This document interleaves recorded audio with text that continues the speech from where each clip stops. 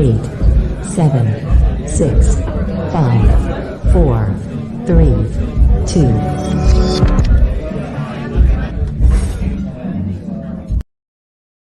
What's going on, people? Good evening, good evening, good evening. Welcome to the Pro Fan Talk on A2D Radio. My name is Marcus Thomas. Thank you for joining me, and we are here. The NFL is the gift that keeps on giving, and we have not gone to sleep. We had that crazy press conference yesterday. Then Vic Fangio falls in our lap. I wouldn't say he fell in our lap. I would say, in my opinion, the reason why the press conference started so late was because maybe they was backstage wheeling and dealing. But it is what it is. And we are here. We got it going. Eagles find a way to stay in the forefront, man. We find a way to stay on top of all the information going on right now. You got other head coaches being signed. You got coordinators and everybody flip-flopping places. It's kind of crazy. But I even had to go put on the original Kelly Greens tonight, man, because I'm like, you know what? Let's get back to basics. Let's get back to basics. Let's stop being too cute for our own good. Let's stop thinking that we know more than we actually do, and let's let the people who we hire to do a job do the job. Talking to Coach Sirianni, talking to the Eagles brass. Let's put the people in place and let them do what we pay them to do. That's pretty much it. Let them pass or fail on their own merit. Now, however, we all know after everything that's done gone down now with Sirianni, with Sean Desai, with Matt Patricia, with Brian Johnson, right? What's up, Don Don? First out the limo. I appreciate you, brother. Because of that, you got to think Nick Sirianni is on the hot seat already. So they got to be sure they are getting the right people for the job. Because right now, the head coach, Nick Sirianni, is on the hot seat. And I'd say that as a joke because somebody asked him at the press conference what his job description is going to be. What is the head coach going to do? And it's like, you already know what a head coach wanted to do. They just wanted to get him caught in the trap of, talking too much. So I thought that was kind of funny. Everybody knows what a head coach does. You got head coaches like Andy Reid that want to be the coach / offensive coordinator and all of that kind of stuff. And then you got them coaches, which is what Sirianni has fallen into, which means he's going to be the CEO. He's going to be running the ship. Not going to be calling plays. I know he said he might be in some people's meetings and things of that nature, but what's he going to do in a defensive meeting? He damn sure ain't going to tell Fangio what to be doing. That's not happening. That's the benefit of having a old school veteran coach with experience. You ain't got to do that. And if he does kind of overstep the bounds and kind of, you know how it is when you at work or you trying to get something done and somebody trying to look over your shoulder, not going to work. Definitely not going to work. What's up, Chucks? So that's the good thing about having somebody like Fangio. Would Fangio have been my first choice? No. He would not have been my first choice. I would have rather had I was hoping the reason why they were waiting so long is that they were waiting for Baltimore to get done with their run and they were going to try to patch things up with Denard Wilson. Maybe that was kind of stupid for me to think that, but that was just something that popped in my head because it felt like they were waiting so long to make these decisions. So that's out the door now. But we still got to get an offensive coordinator. And we don't know who that's going to be. And at this point, all I want, again, I want an old school offensive coordinator. I don't want a situation where Nick Sirianni is going to have the ability to put his fingerprints all on the offense. I don't want that. So, Chucks, I understand that, and I don't disagree with you.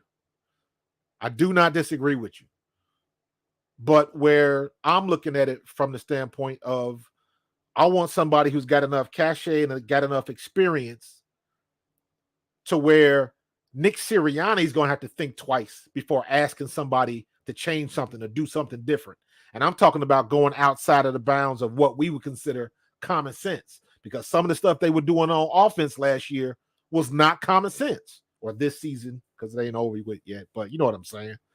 Some of the stuff wasn't common sense. And that puts you at the place where you questioning whether Nick Sirianni should be a head coach anymore. That's a problem. Everybody's going to go through their ups and downs as a coach, as an organization, as a player. Nobody's exempt. Everybody's going to go through that. But there are some prerequisites that you require from a coach, from an organization, from a player. The main thing being, you want consistency. You look at what Tennessee is going through right now. Is that what I would call a destination team? No. Because they're shuffling people in and out. They're shuffling head coaches. It looks like they don't know what they're doing. So we are in a situation with the brass, with Jeffrey Lurie, Howie Roseman. At least people want to come here and work with those people. So we got that type of cachet in the league. We are a destination team. I never gave much thought to that phrase. We certainly wasn't that back when I played back in the 90s, because didn't nobody want to play for Norman Brayman? He was notoriously cheap, making us pay for extra damn socks. Come on, son. But we would hear stories from people that would come in. I remember Tim Harris and I think it was Michael Thompson came in, and then they would tell us how it was in San Francisco and other teams. And it was like, man, I wish we had that here. I remember some of them guys coming in and getting mad because Rusty was trying to make them pay for socks and all of that kind of nonsense.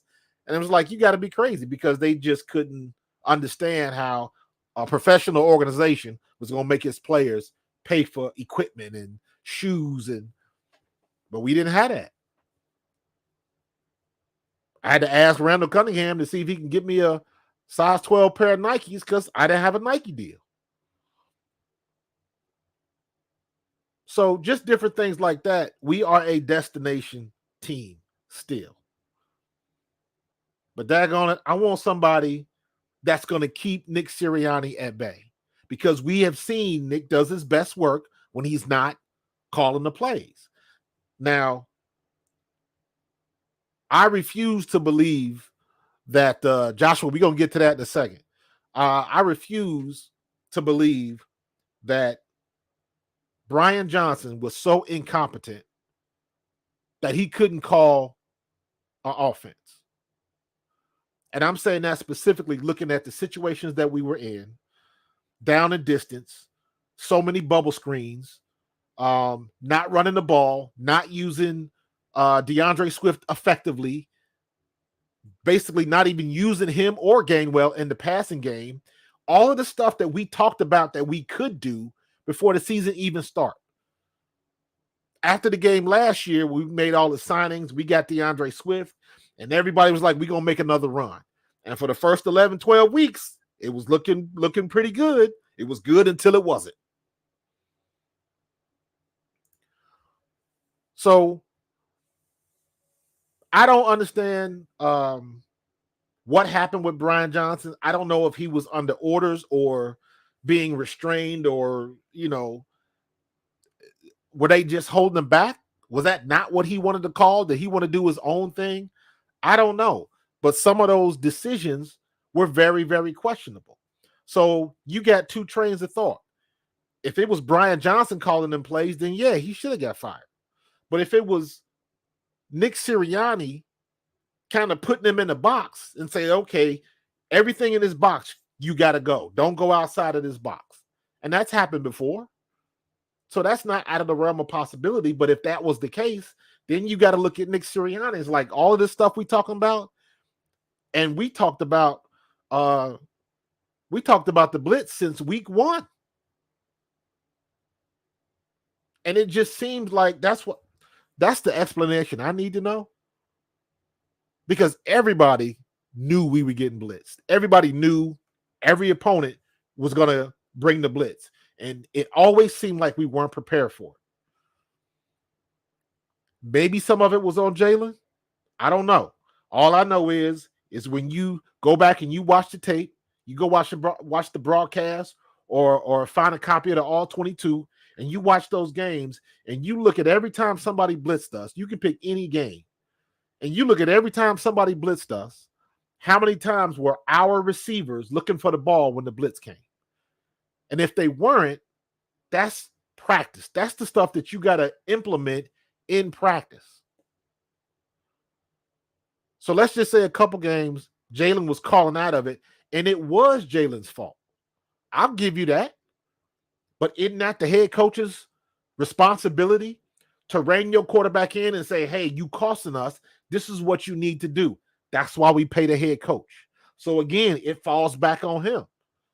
Jalen Hurts wasn't calling all them damn bubble screens, running the option. He wasn't making those calls. So ultimately, it's going to fall on the feet of the head coach. And you know what? I've said this before. Nick Sirianni said this was his offense. So I'm taking it at his word. If it's your offense, then it's your fault. Anybody out there that's listening, if you got kids, if your kid goes to the neighbor's house and breaks a window, they're not trying to get the kid to pay for it. They're knocking on your door. You're responsible. So if Sirianni says this was his offense, I'm taking you at your word, bro. So it's up to you to fix it. And for us to go almost 7-8 weeks not being able to pick up a blitz, not running the ball effectively, not throwing across the middle. And this is stuff they were saying on TV. Every content creator was bringing it up. Cosell was bringing it up at NFL Films. Baldy talked about it. Barrett Brooks talked about it. They were talking about it on WIP, on 97.5. Everybody was talking about it. So it wasn't a big secret. And to me, it didn't seem like it was that complicated to fix. If we can pick up the blitz in high school and you at the pro level, I don't understand what your logic was and how we were doing things. Maybe y'all had a blitz pickup and we just didn't recognize it. I don't know. It didn't look like it. So I don't know. I mean, here's the thing, Josh. We've been trying to run a Fangio scheme for a lot of years. That is correct. However, somebody said it this way, and I agree with this analysis. If your favorite rock group is Journey, you don't want to go see the cover band. You want to see Steve Perry, Neil Sean. You want to see all them boys put it back together, and you want to see the real deal. We got the real deal. We don't have somebody that fell off the Fangio tree. We got Vic Fangio. We got that dude. We don't have a man sit next to the man, sit next to the man. So from that aspect, I'm okay with that. Would he have been my first choice? Nope. No, he wouldn't have. But I'm good with it. Because not for nothing, you can go back and you can look at some of the years past and it wasn't so great. But All I know is last year, Miami was ranked number 10 defense.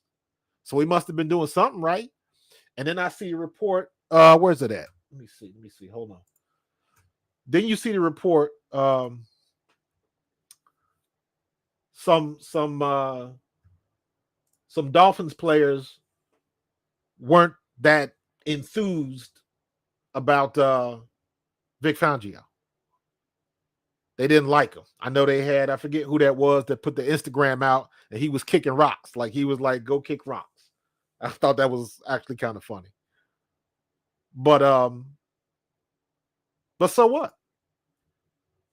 I don't want Fangio to come here to be friends with people. I want him to run a defense. He ain't got to be your friend. He got to put you in the right position so you can make sacks.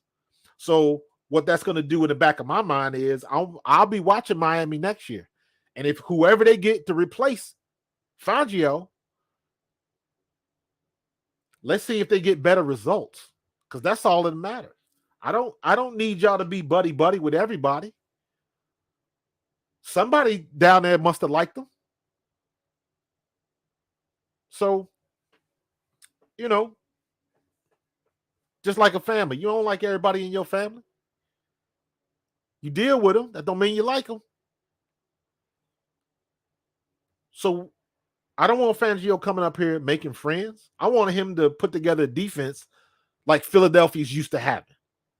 Philadelphia has a reputation for good defense, hard-nosed defense, tough defense, tackling defense.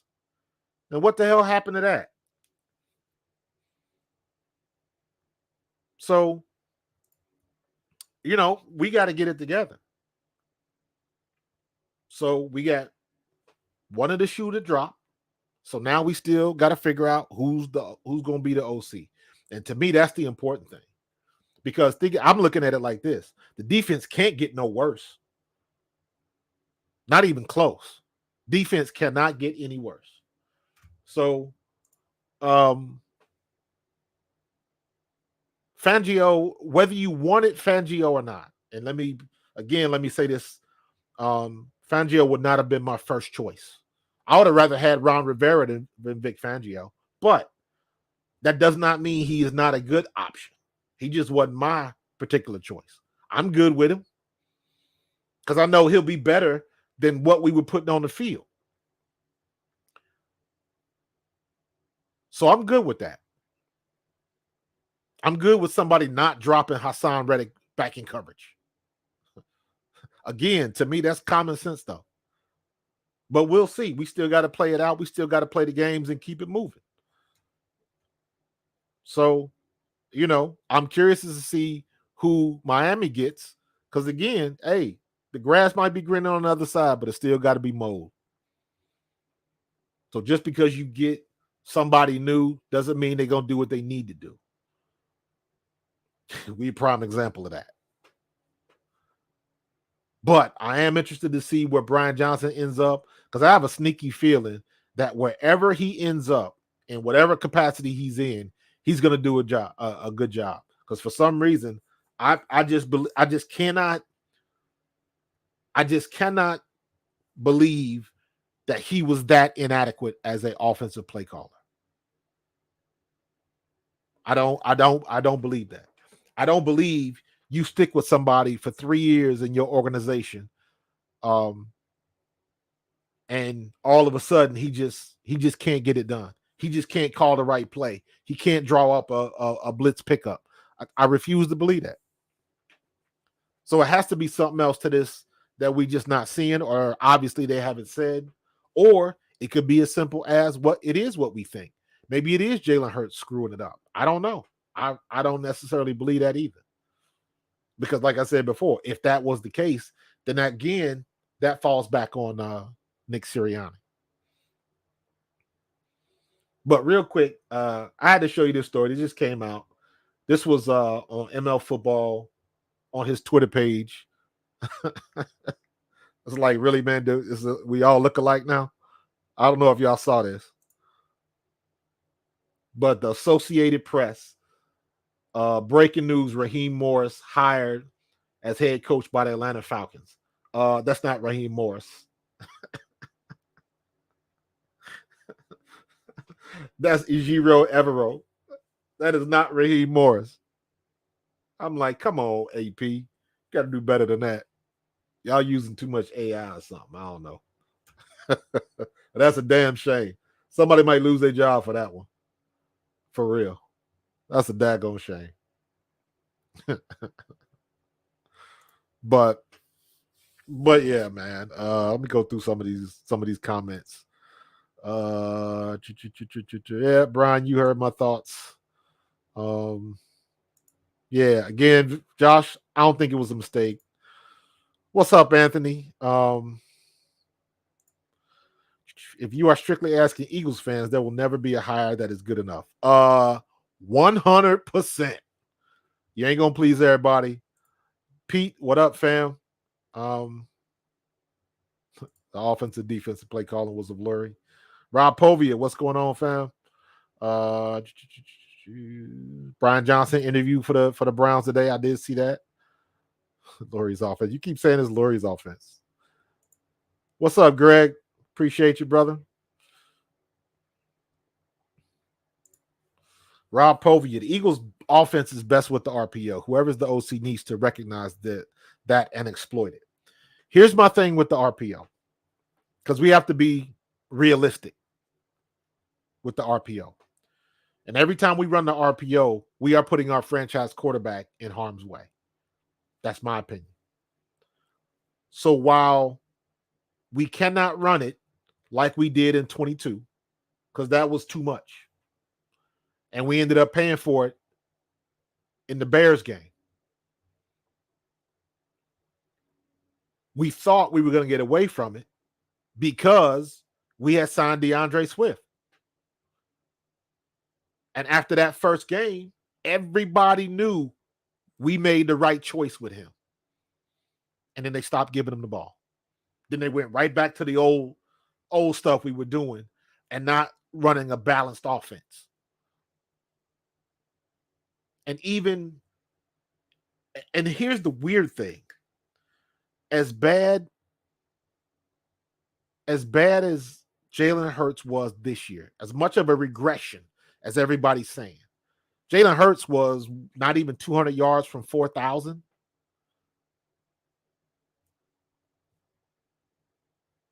Not even 200 yards. He was like 160 yards from 4,000 yards from 4K. Not to mention, we got a 1,000-yard rusher, and we have 2 1,000-plus yard receivers. So even in that regression, our weapons were still phenomenal. So that's a weird balance that we got. So just imagine if we would have kept running the balanced offense or ran the ball, or, you know how I feel as a running back, we wasted DeAndre Swift again, the same way we wasted Miles Sanders. We didn't, and when I say waste, I don't mean like we wait, like Rashad Penny was wasted. But DeAndre Swift, we didn't use him right. We very seldom, not until the very end of the season, did we start pitching him outside so he can get outside in space and use his speed. We never really got him involved in the passing game other than same old checkdowns. Those are mismatches we just didn't use.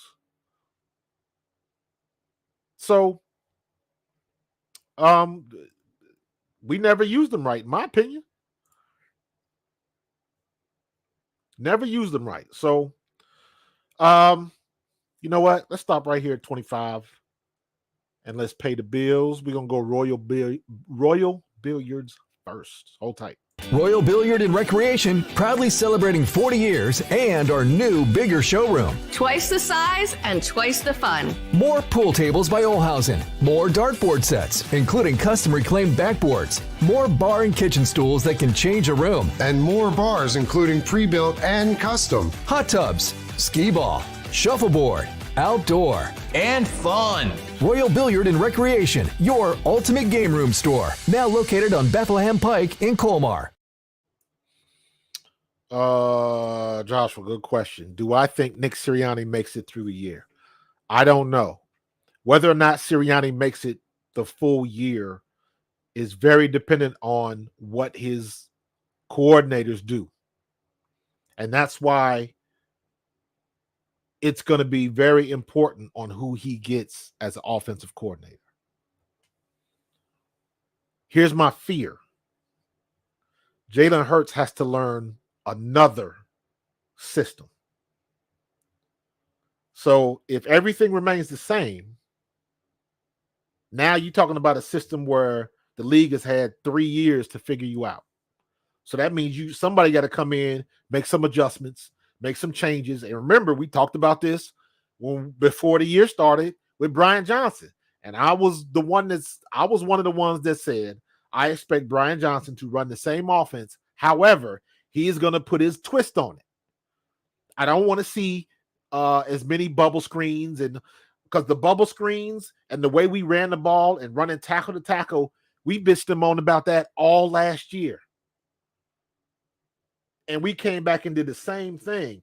And then I had to take another step back because I remember watching the game, watching the Colts play. And they ran the same stuff. Bubble screens, tackle to tackle, although their tackle to tackle runner is a little bit better than ours. But watching the Colts, they bubble screen, I was like, you know what? Maybe that's just what he likes to do. But I still expected something different. We never used motion. Our motion was very minimal, and usually it was somebody going, like they would line up in the slot and go outside. They wouldn't come across the formation. Does us no good. No good. We really didn't use play action. It's very difficult to get play action out of gun formation if we're not running the RPOs. You didn't have to run the RPOs. That goes back to what let me finish saying what I was saying before. You don't have to run the RPOs if you got good running backs. Then your RPOs turn into play actions.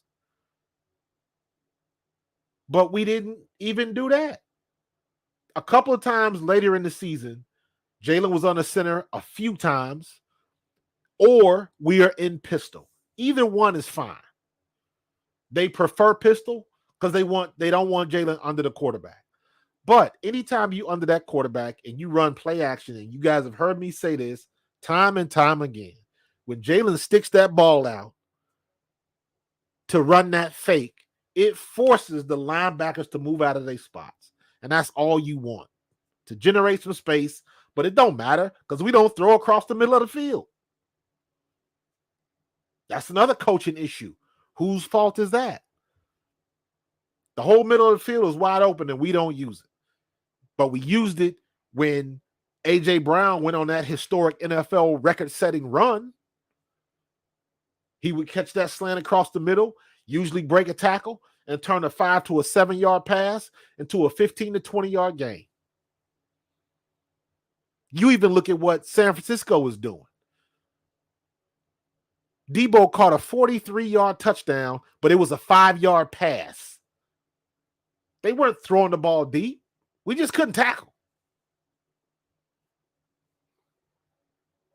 We just could not tackle. So, let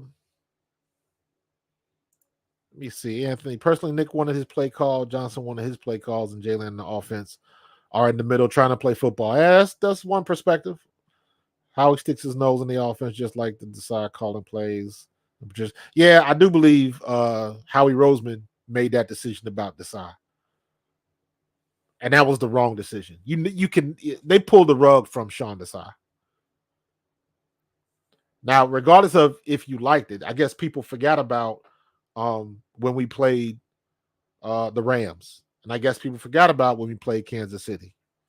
And I guess people forgot about when we played Miami. We had good games, and we had the same suspect linebackers. So what were they doing different? And I don't understand why they would.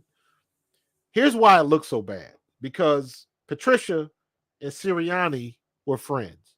So right off the bat, when that whole thing got hired and they had to talk to Slay about that, you should never have to talk to your players if you're making a decision that's better for the team. The fact that you had to even have that conversation is a problem.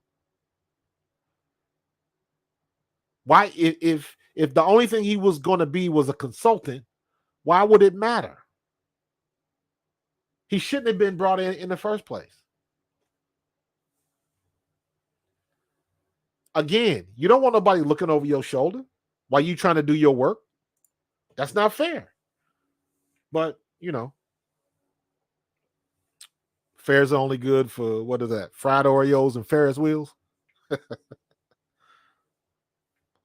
So we can't worry about if it's fair or not, but it did cost us because it split the team as far as figuring out what to do. How many times did we go into a situation? Look, earlier in the year, we were complaining on defense that we still, remember, because I remember saying this a couple times, we still couldn't get through banjo coverage. We couldn't pass off coverage going across the formation. We couldn't pass it off, and we got burned for touchdowns on that. That's something that you're supposed to figure out in practice. But if it's not being executed on the field, that means somebody's not figuring it out. Somebody's on the field and they don't know what they're doing. And they cost us. It cost us. Anthony, I'm with you. Rivera, I wouldn't have mind Wink Martindale. I was hoping they would go after Denard Wilson. But we'll see. We'll see what they get. And knowing Philly's luck, it's going to be somebody, and it'll be one of those guys next year that's having a great year, like Denard Wilson with Baltimore. And we'll be in another situation like, man, we could have had him. We could have hired him. Or what'll make it even worse is they probably interviewed and nothing came of it. So who knows, man? Who knows? But the good thing about it is next year we are there is no misunderstanding whatsoever. None.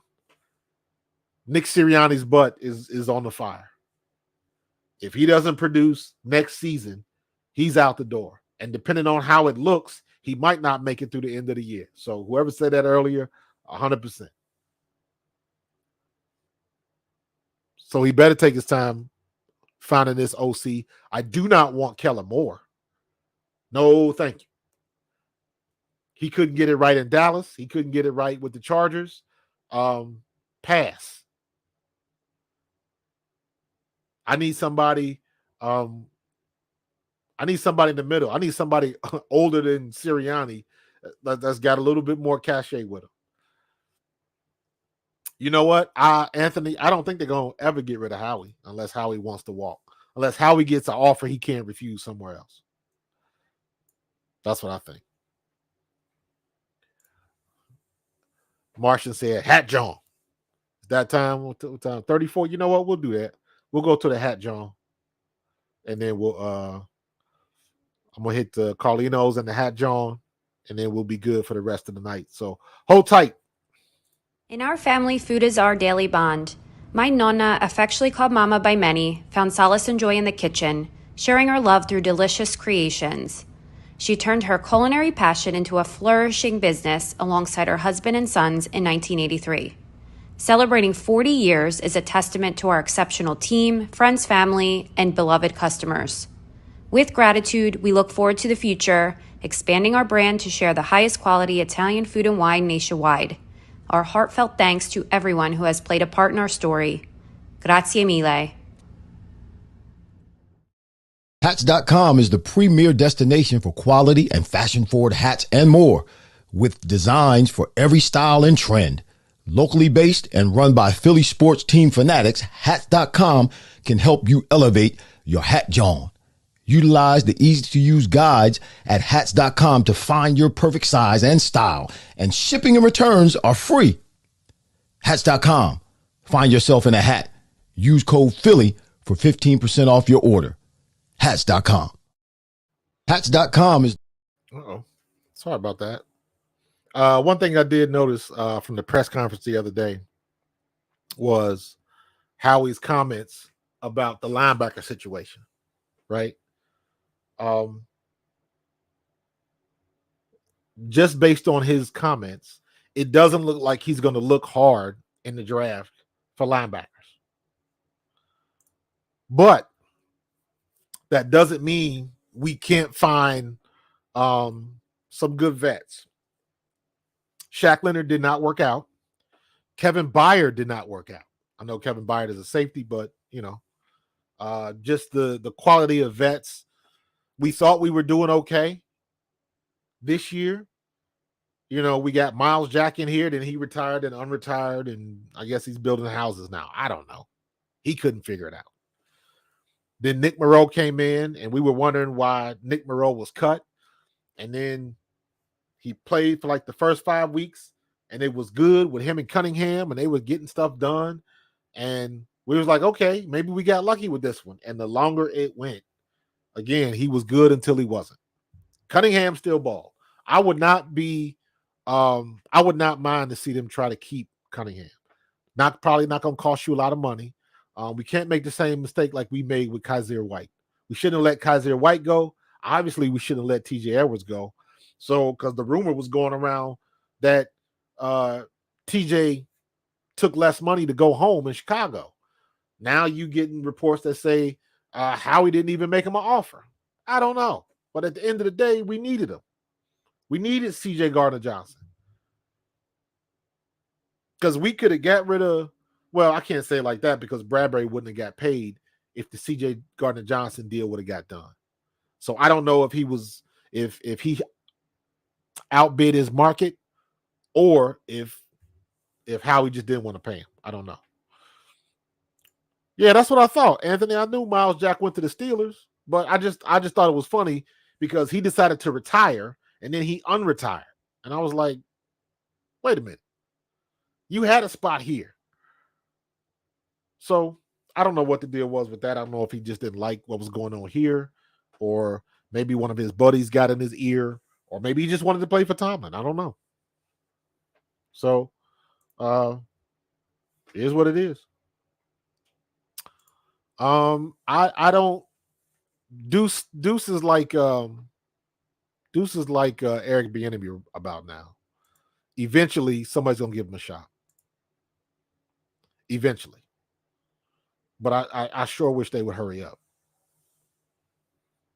I'm hoping that we are going after Bieniemy for offensive coordinator.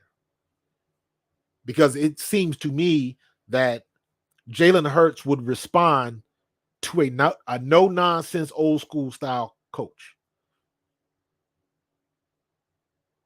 And I'm basing that on his history and what he said. He's the one that told Sirianni that he could coach him hard. So you know what? Let's get him a hard ass for a coach. And you can't tell me props to Andy Reid, but they did have a dip in production with Bieniemy gone. They struggled a little bit this year, but they had an X factor named Patrick Mahomes that got them over the top, but they had to fight for it. So by my estimation, they lost a little bit when they lost Bieniemy, and they barely got it back together. So I want to see that old school, hard-nosed coaching style on our offense. Because I know Bieniemy's a running back. So I know he'll run the ball. And he's somebody that requires, like, he is no nonsense. He going to trim all of the fat off that nonsense. So I would love to see Eric Bieniemy.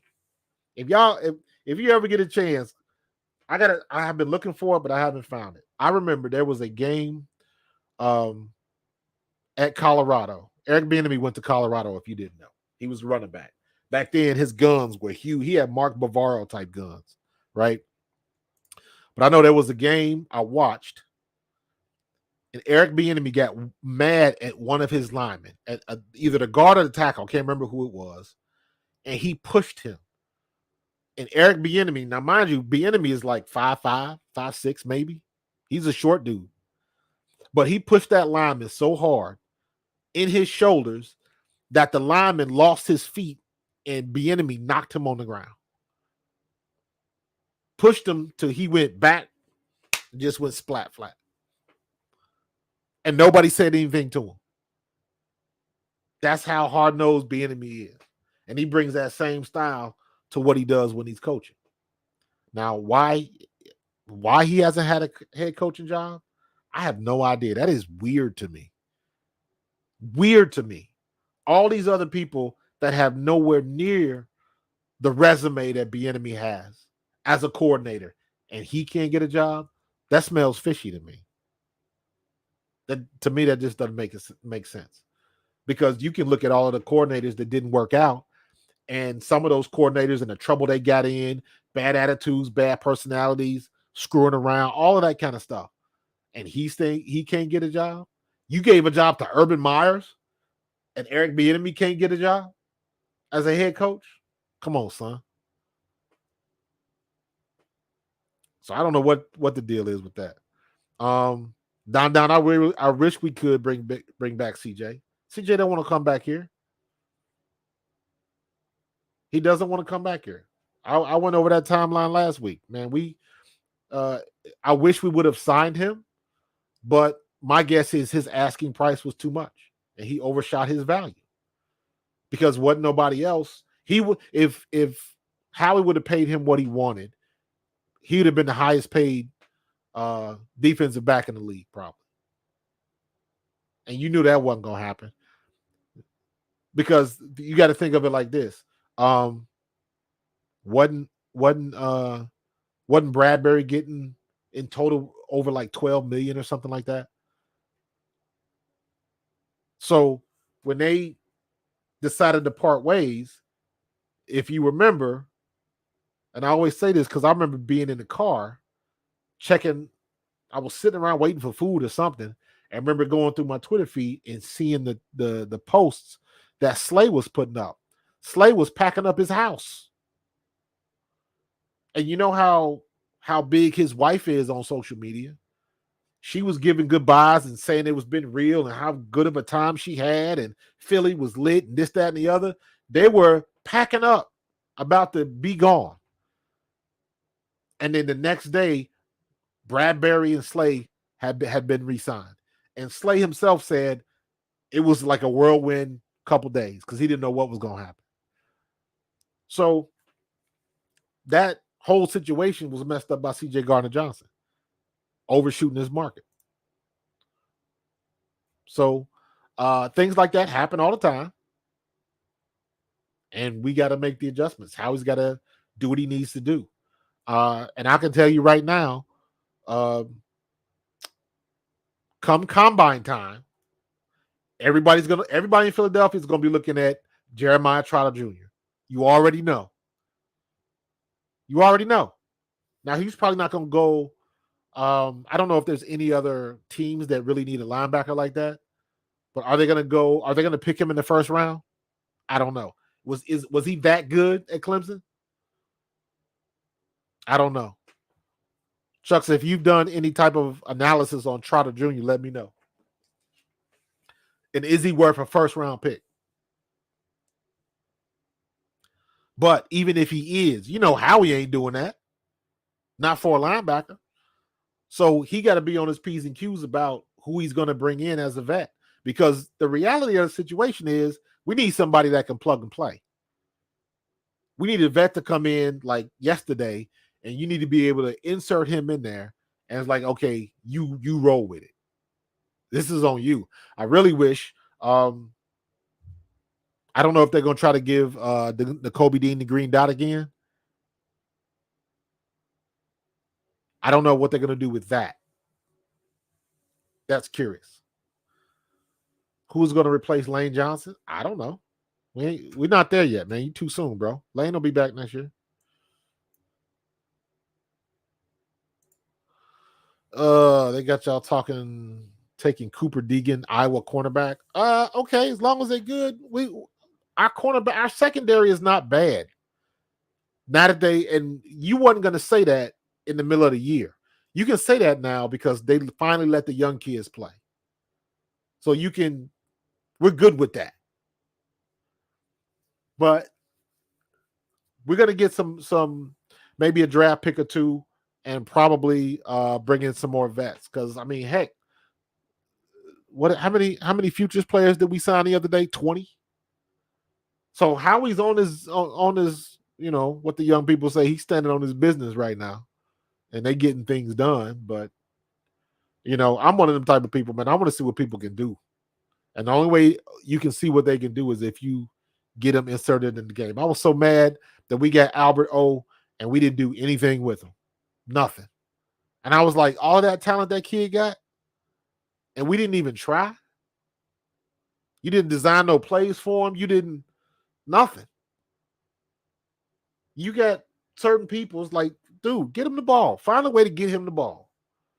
Just like we should have been find a way to get AJ Brown the ball. We bitched about it early because Jalen's forcing the ball to AJ Brown. He done broke the record. Why wouldn't you? Why wouldn't you do that? And everybody gets caught up in calling him a diva. And I'm like, yo, if that's what a diva does, give me the diva. And I know you guys heard about what happened with Covey. Britton Covey puts out a post about there was a Philadelphia Inquirer article about him calling Jalen Hurts unapproachable. And I was like, that sounds suspect right off the bat. And again, that magical guy named Sources, I don't know who this dude is.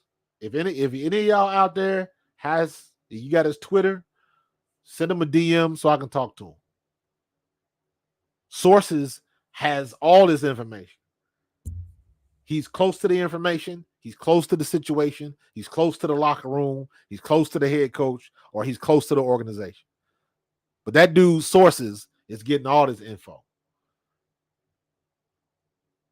But when I heard that it was Britton Covey that said that Jalen was unapproachable, I was like, I'm calling BS on that. I'm calling BS. If not for nothing else, I said this before, players are not going to tell the press everything. They are not. So somebody's got to be making it up. And more importantly, when you call somebody out by name like that, Britton Covey said this, everybody in that locker room gonna look at Britton Covey like he a snitch. That's a problem. That's how you get a fractured locker room. Not liking what your coach is calling, that's not a fractured locker room. That's just being a little upset because things didn't go your way. When you look at T.O. and you look at Donovan, that was a fractured locker room because you had people on T.O.'s side and you had people on Donovan's side. So your team is split. And if you got somebody in your locker room that you know is running back and feeding some journalist or some multimedia guy, some YouTube guy information, and it's causing issues in the family, big problem. So when I heard that right off the bat, I was like, I ain't believing that at all. So what ended up happening was he put out a tweet. I'm trying to find it. Look at all this Vic Fangio stuff. Britton Covey, there we go. Covey put out his own comment and was like I don't understand where this is coming from. There we go. Hold on. I found it. So check this out. So this was 24th. And he says, normally I don't respond to things like this because I'd hope that people don't believe everything they hear or read. Jalen is the best leader I've ever been around, so you can hear it straight from me, not someone else. I never said he was unapproachable or I was scared of him. He put his name on it. Britton Covey put his name on that. Because, again, everybody else is talking about sources. You cannot believe what a lot of these people are putting out. You can't. Anytime somebody says they got a source close to the information, I call BS automatically because they don't know. And what they're doing, and I always use this analogy. Imagine you talking to a very close friend about whatever it is you're talking about. Doesn't matter the subject. Somebody on the outside hears a small piece of that conversation and they go and run and tell somebody else. They don't know the context. They don't know anything. That's what a lot of these people are doing. They're taking the most minuscule amount of information or something that they see and they're running with it and they're getting it 100% wrong. But how many people jumped on this story before Britton Covey came back? It was a whole bunch. I almost got caught up into that. Almost got caught up. My boy Barrett Brooks got caught up in it just because the night before, he had some stuff to say. Then afterwards the next morning was when Britton Covey, made his comments. So you got to be careful because you never know. You just never know. Because I know when I heard this story, this is what I put. January 24th. If you're scared to approach somebody, that sounds like a you problem. You shouldn't be scared to approach anybody. 5 minutes after I put this post up, 5 minutes was when Britton Covey released his statement. So I was like, nope. You got to be careful. And then after I read Britton's statement, this is what I put. I've told you before, journalists are guessing. They don't know. They're guessing. Players will not tell you everything going on in the locker room, period.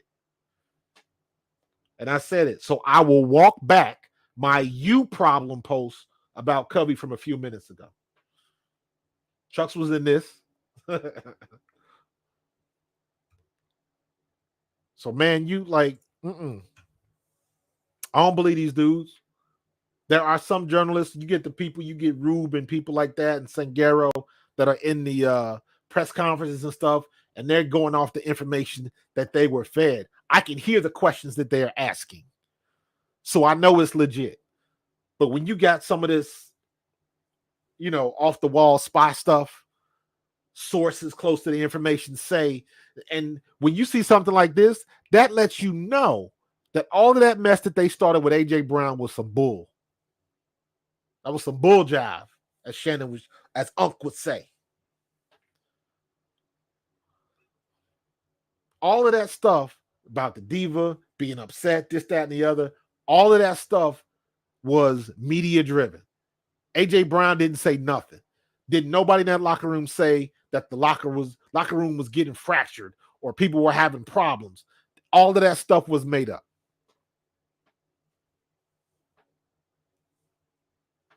That's why players don't want to talk to the media. The flip side of that is that a lot of these people got they then go running on their podcast and make the situation even worse. Howie Roseman leaking stuff to reporters is different.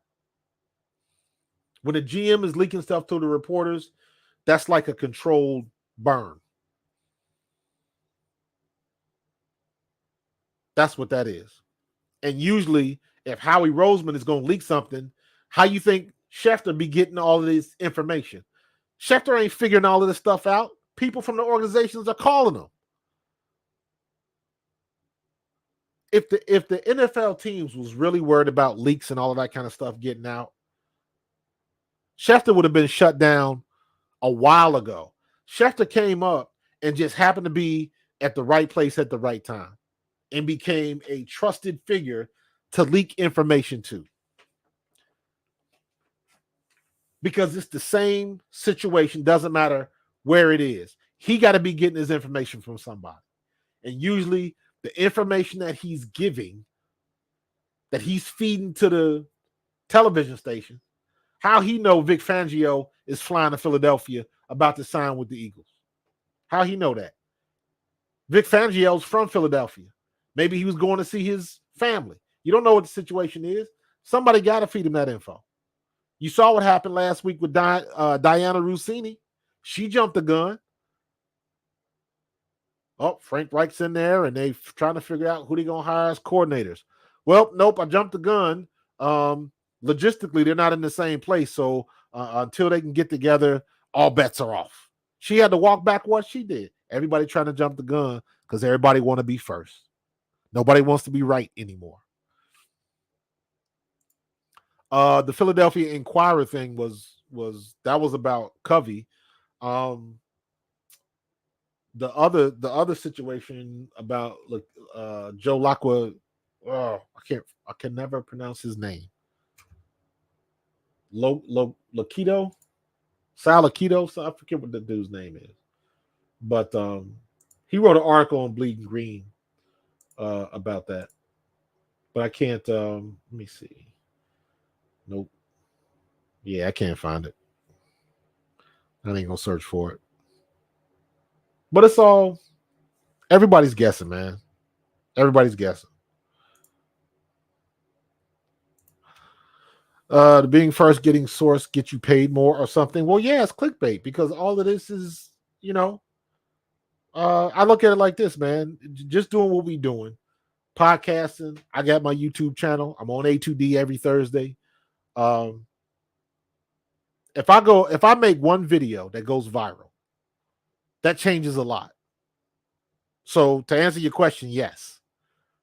If you just look at easy example, very easy example. Everybody has seen the interview with Cat Williams that Shannon Sharp made, right? On his show, Club Shay Shay, right? That thing got like 40 million views. It broke records. It broke like Joe Rogan records. It was on that level. So the amount of money that Shannon Sharp has made from that 1 3-hour interview, he has surpassed what some networks are doing. He passed Pat McAfee, Joe Rogan, New Heights, all of these podcasts. He just blew them out of the water.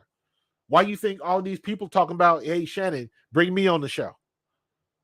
Why you think all of these people, all of a sudden, people that never cared about Cat Williams, why you think they're talking about Cat Williams? So, yes, you can get paid a lot of money. All it takes is one video. The one person to see you or to suggest it and, go up the food chain, and next thing you know, you viral, or some other big channel is carrying it, all of that kind of stuff. It all works together. So everybody's one video away. That was Shannon Sharp's video, and it blew him up. Now he's the focus. Everybody's trying to catch him. So, yes, you can make some money. Do you know how much? I'd be curious because I don't know if they were doing it back then, but how many views did Antonio Brown get when he live streamed the post-game meeting with the Steelers? Because that started off a whole nother set of circumstances. That started off, to me, that's how he ended up, getting kicked off the team. That and other behavior, and then he got a nerve to talk about CTE is a myth. I'm like, all right, dude, you got CTE, you got issues. So everybody's trying to get that story out so they can get paid. It's that simple. It's all about the money. Because it wouldn't make sense for somebody, all these guys with the podcast, Tyreek Hill, Micah Parsons, Von Miller, all of them, a lot of them, they create their own distraction, which is something I don't understand. That didn't exist back when I played. Makes me feel like an old dude now. Get off my lawn. They create their own distractions. Micah Parsons going on his podcast talking about how good the Eagles are or somebody else is. Von Miller gets in trouble for what he was doing, always on the podcast. Tyreek Hill, always on the podcast. Like sometimes you got to, that's why I got much respect for what A.J. Brown did. Had everybody sweating. Is he leaving? Is he trying to get traded? Is he mad? He's not talking to the press no more. He scrubbed his social media. Nobody bothered to look at what he did a couple years ago. He did it last year, and I believe the year before. Nobody bothered to do that. All they just could focus on was, oh, he got rid of all the Eagle stuff on his social media. He must be mad. Nobody vets the information anymore. So it is what it is, man. We're going to keep grinding. I'm going to keep grinding. A2D going to keep grinding. We're going to keep getting it done. Yeah, so let's make this go viral. How about that? So real quick, before I get up out of here, we got to take care of, I want to see who you guys got. We got the Chiefs and the Ravens. I got Baltimore. The Ravens defense is phenomenal. And I don't think I think they're going to get to Patrick Mahomes. Because he's been struggling they haven't really blown anybody out, especially in the playoffs. I think unless something crazy happens, I see Baltimore beating Kansas City. And then, of course, you got Detroit and San Francisco. This is going to be a good one.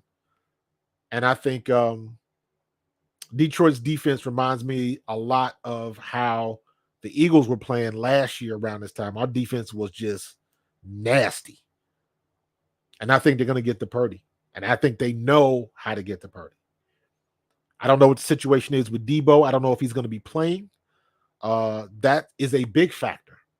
But let's not forget, CMC, in my estimation, is a most valuable player candidate. He is number 2 on my list. Lamar Jackson is number 1. CMC is number 2. And Tyreek Hill is Tyreek Hill could be 2 and 3. You can flip-flop them. But CMC should be the first non-quarterback to win it in a while. Debo, so let's just say Don Debo is not 100%. Right? So we'll see what's going to happen.